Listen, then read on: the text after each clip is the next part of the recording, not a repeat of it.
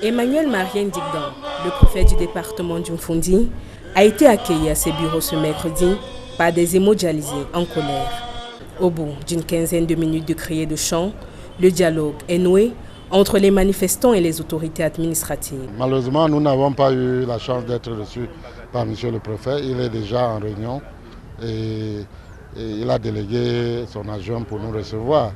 Et il nous a promis de transmettre immédiatement notre requête à M. le préfet.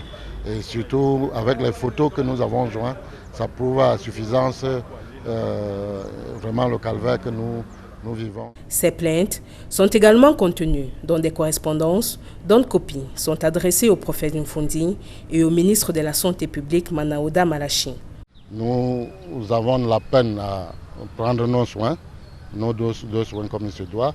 Et très grave, nous sommes obligés de nous déplacer pour Ebelova ou Bertois pour faire la dialyse. Et de l'année dernière à aujourd'hui, il y a eu au moins 100 morts. Et il y a 150 malades qui se sont ajoutés.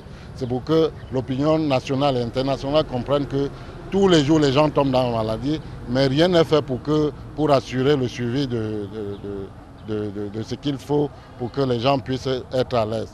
C'est un calvaire terrible.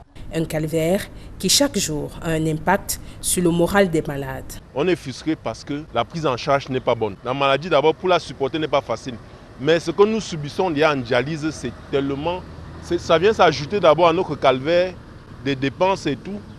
Ce qui fait que ça nous abat moralement. Et dans la maladie, il faut avoir le moral. Au-delà du moral, les problèmes de prise en charge des personnes souffrant d'insuffisance rénale ont un impact sur leur vie professionnelle. Marlise est institutrice. Elle souffre de cette maladie depuis 6 ans. Près de cette dernière se trouve François.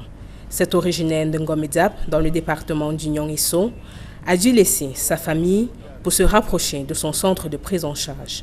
Ce mouvement d'humeur des personnes hémodialysées intervient 1 an après le dernier en date.